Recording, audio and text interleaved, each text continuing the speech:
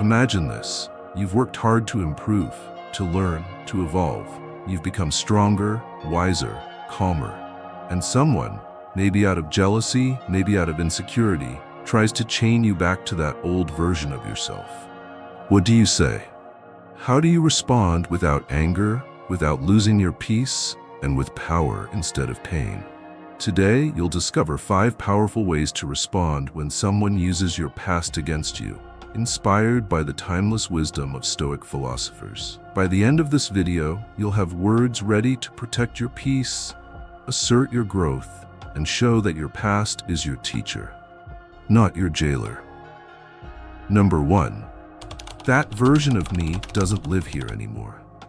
When someone brings up your history, the natural responses that come to mind are typically defensiveness, guilt, or anger at the person. There is a possibility that you will experience the impulse to justify yourself, to explain why things occurred in the manner that they did, or even to apologize for something that you have already found out about. Relaxation, on the other hand, is the most effective response. You may quickly establish authority over your story by simply announcing, "That version of me does not live here anymore." This will prevent them from having any reason to attack you. This phrase may appear to be straightforward, yet it actually has multiple layers of significance. To begin, it asserts that you are no longer constrained by the person that you were in the past. Mistakes, regrets, and decisions made on the spur of the moment are all now considered to be closed chapters. In his book Meditations, Marcus Aurelius makes the following statement: "The impediment to action advances action. Whatever is in the way will eventually become the way." Your history is not a hindrance in this context. Rather, it is the fundamental basis upon which you have been able to progress. Every single mistake, every single blunder, and every single instance of failure served as a lesson that bolstered your character. You are able to retake ownership of your tale when you acknowledge that your previous self does not live here with you anymore. One of the most influential Stoic philosophers, Epictetus, echoes this viewpoint by saying, "It is not what happens to you that matters. What matters is how you react it." In the event that someone attempts to force you to confront your history, their words are meaningless until you give them a specific interpretation. By asserting in a composed manner that your previous version has been removed, you are refusing to give their judgment any power. They are able to communicate, but their words no longer have the power to control your feelings or define who you are at this moment. Imagine a situation that actually occurs in the real world. A coworker brings up a project that you headed 2 years ago that was unsuccessful in an effort to undercut your confidence. As a typical response, one might feel humiliated, defend themselves, or even explain what happened. On the other hand, if you remark in a composed manner, "That version of me does not live here anymore," you accomplish 3 very important things at the same time. 1. You put an end to the assault without elevating the conflict further. 2. You make it clear that you have matured and gained knowledge, so transforming the criticism into a silent monument to your dogged determination. 3. You should remind them, as well as yourself, that you are no longer under the influence of the past. In addition, Seneca provides some more insight by saying, "Every new beginning comes from the end of some other beginning." The mistakes you've made in the past are not anchors. Rather, they are the endings that have allowed you to become the person you are nowadays. You are marking a new beginning, a personal evolution that no one else can challenge. When you declare that the previous version of yourself does not exist anymore. In addition, this phrase has a defensive purpose, which is another layer. It is common for words that are designed to humiliate or manipulate you to rely on your emotional response. It is possible that you will deprive the other person of the satisfaction that they are looking for if you answer with calm authority. This is the core of Stoic philosophy. You have the capacity to regulate your own inner serenity, and the only way for external circumstances to have any influence is if you give them permission to do so. Marcus Aurelius emphasizes that you have control over your mind and not over the events that occur outside of it. Recognize this, and you will discover the strength you need. This very power is being exercised by you when you declare that your previous self is no longer present. In addition to being a response that is stated, this phrase can also be used as a personal mantra. When you are feeling ashamed, when you are having self-doubt, or when you are being criticized, repeat it to yourself. It helps you educate your mind to separate from feelings of guilt and shame, and it serves as a reminder that growth is a process rather than a destination. You will become unshakable as a result of this mental discipline over time. In conclusion, this method of replying is intrinsically respectful. It is not necessary for you to argue, defend, or explain to anyone else. It is not necessary for you to make a note of every single step forward, every single change that was made, or every single lesson that you have learned. The simple confession that you are no longer defined by your history is more powerful than any argument that there could possibly be. The concept of self-mastery is referred to by Epictetus, who states that no man is free who is not master of himself. You are asserting your right to freedom, tranquility, and unwavering power when you manage your response to your history and to the attempts of others to weaponize it. If you say something like, "That version of me does not live here anymore," you are not merely making a comeback. Rather, you are making a proclamation of your sovereignty. You are making a statement that you are in charge of your own narrative, that you are the one who defines your identity, and that you refuse to let your past sins bind you. Because true power does not lay in deleting the past, but rather in evolving beyond it. Anyone who attempts to trap you in your past will find you unbothered, serene, and impossibly strong. This is because the past is not the source of true power. Number 2. Thank you for reminding me how far I've come. The following is a comment that completely changes the way the story is told. The majority of people experience an immediate surge of defensiveness or embarrassment whenever they are confronted with statements such as, "Remember when you did this?" or "You used to be that person." They might wish to defend themselves, provide an explanation, or even hit back. However, the most effective answer is not a debate. Rather, it is a calm expression of thanks. The phrase, "Thank you for reminding me how far I've come," is all that is required. This is not merely a smart form of retaliation. It is an assertion of emotional mastery that is strategic in nature. When people see reminders of your history, they anticipate that they will cause you to feel guilty, embarrassed, or angry. The ancient Greek philosopher Seneca issued a warning, stating, "We are more often frightened than hurt, and we suffer more from imagination than from reality." To put it another way, their attempt to exert influence over you is only effective if you allow it to have an effect on you. By expressing thanks in response to their attack, you immediately take control of the situation and change their criticism into acknowledgement of your progress. Consider how it would work in actual situations. Imagine that a coworker at your place of employment brings up a presentation that you delivered 2 years ago that was unsuccessful, with the intention of embarrassing you in front of your team. The response that is anticipated is one of defensiveness, possibly even including an awkward silence or an emotional apologies. Instead, you have a smile on your face and say, "Thank you for bringing to my attention how far I've come." There are 3 events that take place in that one instant. You take back control of the situation. The discourse moves away from your previous shortcomings and toward your current development. You have successfully reframed the narrative, which means that they are no longer able to portray you as incapable. 2. You exhibit self-assurance.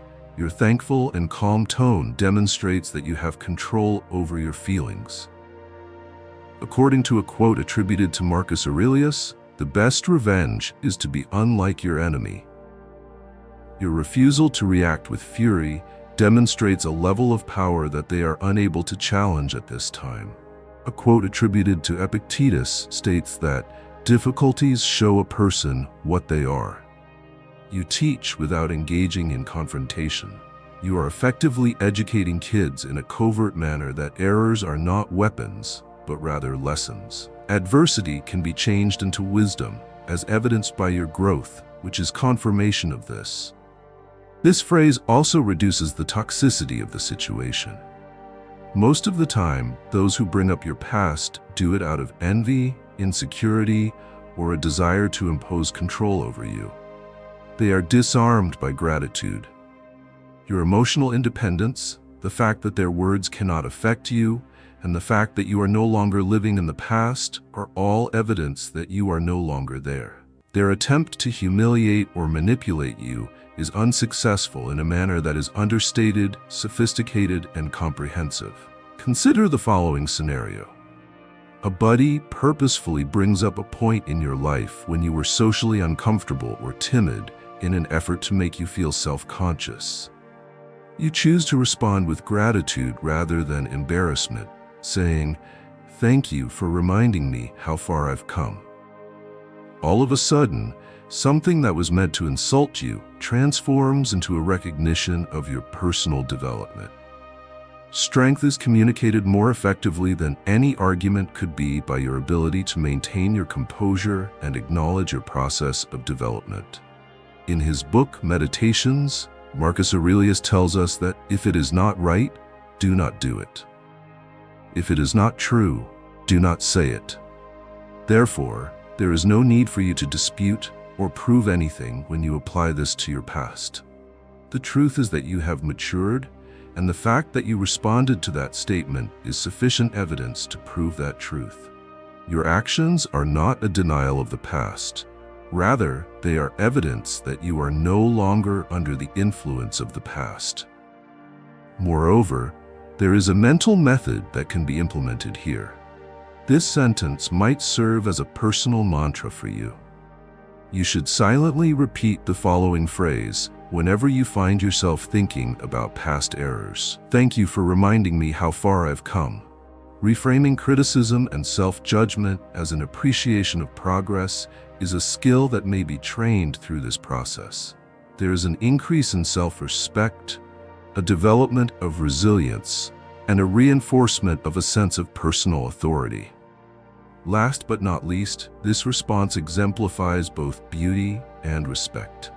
There is no need for you to justify your decisions, explain who you are, or relive memories that have caused you anguish. You recognize growth, and the mere act of acknowledging growth is sufficiently disarming. The individual who is attempting to humiliate you is aware, even if only subconsciously, that they no longer have any influence or control over you. Shame has been converted into strength, judgment into recognition, and mistakes made in the past have been transformed into evidence of human development.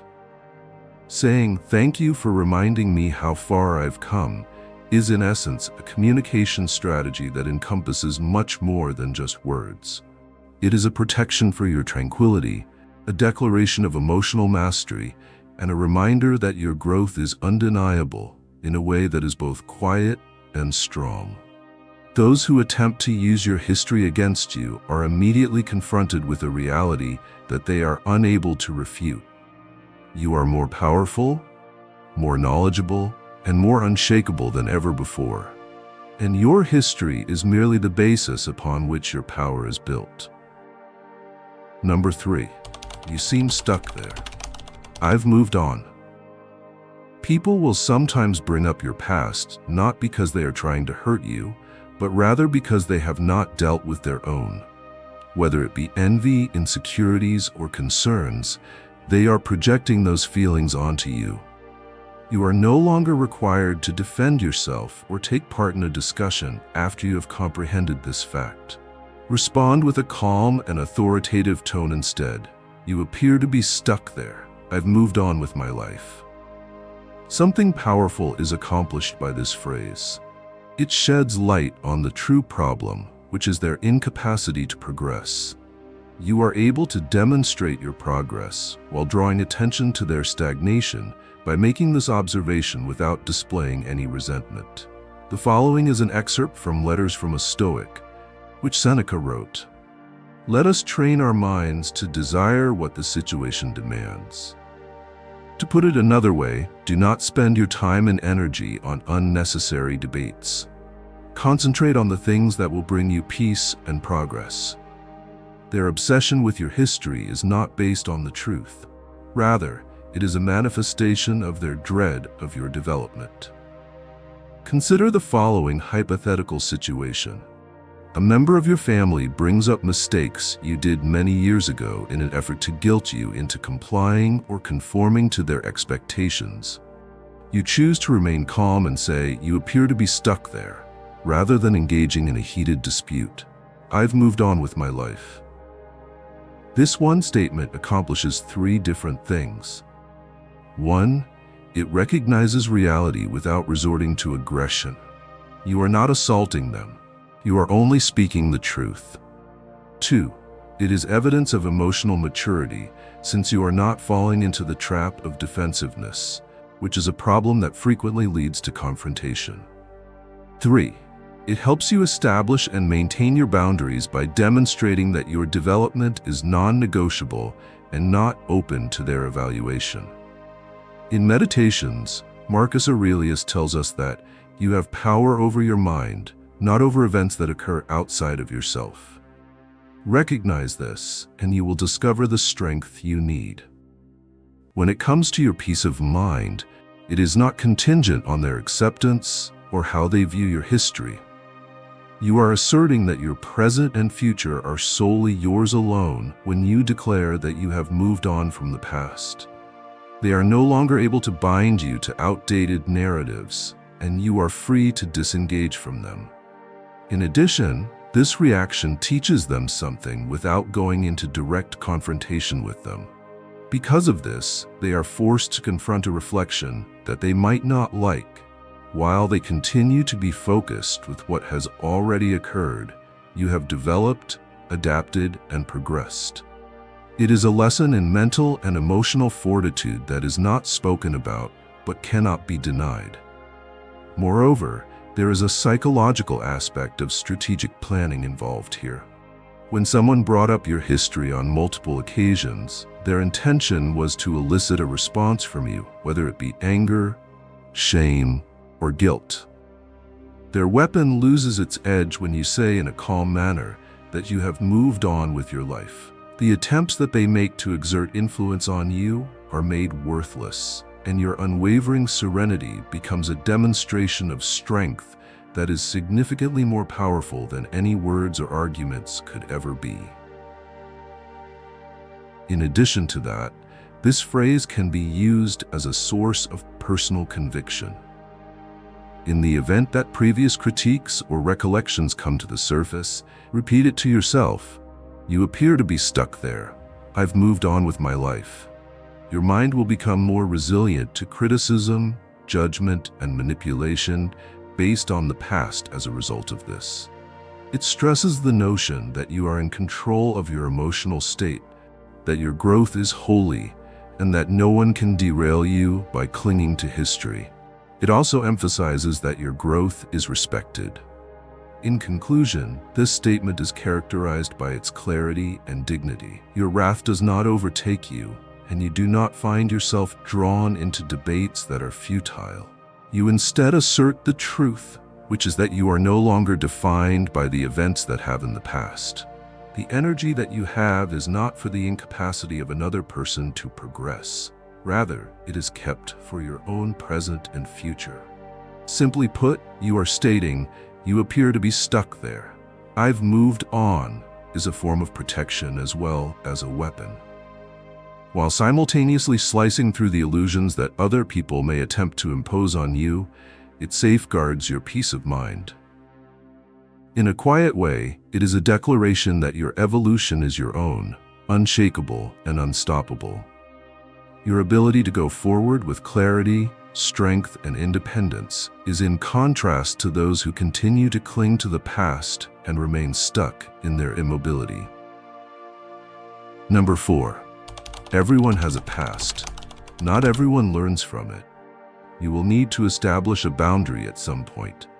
At some point, you will be confronted with repeated attempts to humiliate you because of your past, and you will need to respond with a firm and calm response. Everyone has a past. Some people do not grow as a result of it. This statement is more than just a phrase. It is a proclamation of self-respect, growth, and wisdom. People who try to use your history against you frequently do so because they are stuck in their own history. This is the rationale behind their actions. They attempt to exert control over or decrease your present by projecting their fears, insecurities, and limits onto you. You have established a clear boundary by responding with this statement. Your history is yours to keep, and your progression is not something that can be negotiated. Difficulties show a person what they are, Seneca says in Letters from a Stoic, drawing our attention to this fact. Failures, mistakes, and regrets that you have experienced are not punishments. Rather, they are lessons that have helped you develop your character and become the person that you have become. Take, for instance, a real-world scenario. Imagine that a coworker is constantly bringing up a project that was unsuccessful many years ago in order to undermine your present level of expertise. To embarrass you or to cause you to question your own abilities is their objective. Their purpose would be furthered by a response that was either angry or defensive. Instead, you say in a composed manner, "Everyone has a history. Some people do not grow as a result of it." Instantaneously, you change the dynamic. What they intended to be a weapon becomes a recognition of your development. You are no longer struggling against your history. Rather, you are demonstrating that you have overcome it. This remark also reveals a truth that is not immediately obvious about those who focus on your past. It is possible that they will never change themselves. They continue to be mired in negative emotions such as judgment, blame, and resentment, while you are focused on personal development, learning, and improvement. In Meditations, Marcus Aurelius highlights the following: "If someone is able to show me that what I think or do is not right, I will gladly change, for I seek the truth, by which no one has ever truly been harmed." While people who are fixated with your faults reflect their own incapacity to learn from life, you have changed, adapted, and developed as a result of your experiences. Your unruffled acknowledgement draws attention to their lack of aggressiveness without provoking change. What gives this response its impact is the fact that it combines a sense of dignity with a subtle authority. No, you are not debating, you are not explaining, and you are not pleading for comprehension. In doing so, you are making a statement that cannot be refuted. The value of your history lies in the fact that you have transformed it into wisdom. It is a shield that protects your inner calm while also asserting your strength and maturity. It is a shield. In addition, this statement, reframing criticism or humiliation as a reflection of the other person rather than of yourself, is a significant contribution. They refuse to move on with their lives because they are either unwilling or incapable to change. In his teachings, Epictetus emphasizes that what happens to you is not what matters. What matters is how you react to it. You are able to keep your emotional sovereignty by maintaining your refusal to give their judgment any influence over you. You become a living example of how one may rise above mistakes rather than being tied by them, and your growth becomes a living example of this. There is more to practical application than just having chats. Make use of this sentence as a mental mantra whenever you find yourself confronted with old memories, regrets, or critiques. Keep repeating in your head, "Everyone has a history. Some people do not grow as a result of it." Your ability to remain cool, confident, and dignified in any circumstance is strengthened as a result of this training, which teaches your mind to view learning experiences as teachers rather than as threats. In addition to this, there is a subtle psychological advantage. The delivery of this calm and self-assured response breaks the expectations of the person who is expecting you to react with defensiveness or embarrassment. They come to the realization, frequently without doing so consciously, that their attempt to manipulate or demean you has been unsuccessful. Your command of your own narrative transforms into a power that is unmistakable yet subdued. According to the final statement, everyone has a past. The phrase "not everyone learns from it" is a proclamation of national independence. It acts as a barrier, a shield, and a mirror, with the purpose of reflecting growth back to the world. When someone makes an attempt to exploit your history as a weapon, they are revealed to be what they truly are: people who are stuck in judgment, who are unwilling to progress, and who are unable to see power in its natural state. During this time, you continue on your journey without being shaken, becoming wiser and stronger, and being completely in command of your story, your peace, and your life. Number 5. If you're still talking about my past, you're no longer part of my future. This is your last border, a line that brings everything to a close. It is a statement that, when said with composure and self-assurance, signifies the conclusion of any discussion regarding your history. If you are still talking about my history, you are no longer a part of my future. At the same time, it is not an act of rage or a threat. In other words, it is a proclamation of sovereignty over your own life. A statement that your development, peace, and destiny cannot be held captive by the fixation on past that someone else has. According to Seneca, he is a wise man who does not grieve for the things which he has not, but rejoices for those which he has. This saying serves as a reminder to us. Being preoccupied with judgments, critiques, or failures from the past, whether they are your own or those that have been imposed by others, is a waste of energy. It is possible to safeguard your mental and emotional energies by resolutely refusing to allow the past to take control of the present. You stay focused on what really matters: the actions you do right now, the growth you are experiencing, and the future you are constructing for yourself. Take into consideration a situation that occurs in the actual world. Take, for example, a situation in which a coworker, a member of your family, or even a friend continually brings up mistakes you committed back in the past. Their objective is to ensnare you in feelings of guilt or shame and to cause you to question your inherent capabilities. It's possible that you've already answered with affirmations of calmness, expressions of thankfulness, or reminders of your progress, yet they nevertheless persist. It is time to draw a line, a distinct limit that cannot be crossed, and this is the moment to do so. If you say something like, "If you're still talking about my past, you're no longer part of my future," you are sending a message that you are no longer taking part in repeating this cycle. On the other hand, you are separating yourself from anyone who is hesitant to acknowledge your progression, even though you are not harming them. Within the pages of Meditations, Marcus Aurelius provides some sound advice for this kind of thinking. Waste no more time arguing about what a good man should be. The phrase "be one," convincing other people, justifying your history, or seeking their favor are not the primary focuses of this discussion. In both the now and the future, cultivating growth, integrity, and wisdom is the focus of this guide.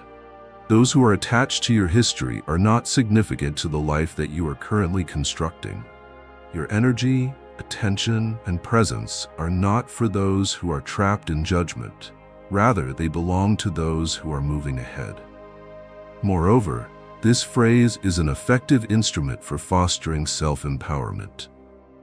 You are able to recover your narrative by simply saying it once in a calm and forceful manner. Your assertion is that your history does not have any influence over your present, nor will it have any influence over your future. The teachings of Epictetus are applicable in this situation. It is not what happens to you that matters. What matters is how you react to it. Your response is deliberate. You make the decision to safeguard your mind, maintain your tranquility, and make progress toward growth, rather than allowing yourself to be bound by outdated narratives or the expectations of others. From a psychological point of view, this sentence has a significant impact. Presented without hostility or defensiveness, it does not offer any possibility for manipulation or argument for the recipient. It sends the message that your borders are irrevocable and cannot be debated. The individual who is attempting to use your history as leverage is presented with a reality that they are unable to deny. You have progressed on your own, and your development cannot be controlled by their fixation. In a subtle way, it teaches children that judgment, criticism, and bitterness that looks backwards are ineffective against a person who has conquered themselves. This expression can also be utilized as a mental tool in practical situations. Repeat to yourself in your head, "If you're still talking about my past, you're no longer a part of my future." This should be done whenever you feel yourself being drawn into feelings of guilt, shame, or judgment due to either your own self-reflection or voices from the outside world. Your mind will be trained to prioritize your future over lingering ties to the past. Emotional sovereignty will be strengthened, and the habit of focusing on what you can control, such as your choices, actions, and growth, will be strengthened. Liberation is another aspect that can be found in this context. Self-preservation is not the same thing as cruelty. It is the act of letting go of those who are attached to your history. A quote attributed to Marcus Aurelius states, "Reject your sense of injury, and the injury itself begins to disappear." Through the elimination of negative voices or individuals who are hesitant to acknowledge your progress, you are making room for connections, opportunities, and experiences that are congruent with your developmental trajectory. This means that you are no longer squandering your energy on those who are preoccupied with passing judgment. Rather, you are concentrating on the individuals and situations that are conducive to forward movement. The remark, "If you're still talking about my past, you're no longer part of my future," is, in the end, a statement that completes the circle of mastery of the subject matter. It ensures that your tranquility is preserved, establishes a barrier that cannot be broken, and declares that your development, wisdom, and evolution are non-negotiable. You have been molded by your history, but it does not determine who you are. You are the sole owner of your future, and others who are unable to respect that are no longer a part of your path. Simply utter this word once, with composure and self-assurance, and then proceed forward without turning around. It is not in defending the past that you will find your strength. Rather, it is in moving forward into a future that you completely own. When someone uses your history against you, they are exposing their own failure to develop as individuals. They want you to remain a tiny person, unable to move beyond who you were in the past. However, your history is not a chain. Rather, it is a teacher. Mistakes, regrets, and missed opportunities are the building blocks around which your strength is built. Please keep in mind the following comments from the Stoics the next time someone brings up your former self. That version of myself is no longer a resident of this location. Thank you for bringing to my attention how far I've come, I said. You appear to be stranded there. I've moved on with my life. Everyone has a history, she said. Some people do not grow as a result of it. The fact that you continue to discuss my history indicates that you are no longer a part of my future. You are the source of your own power. Being calm is your best defense. You have the ability to control both your present and your future, and your past serves as a lesson for you.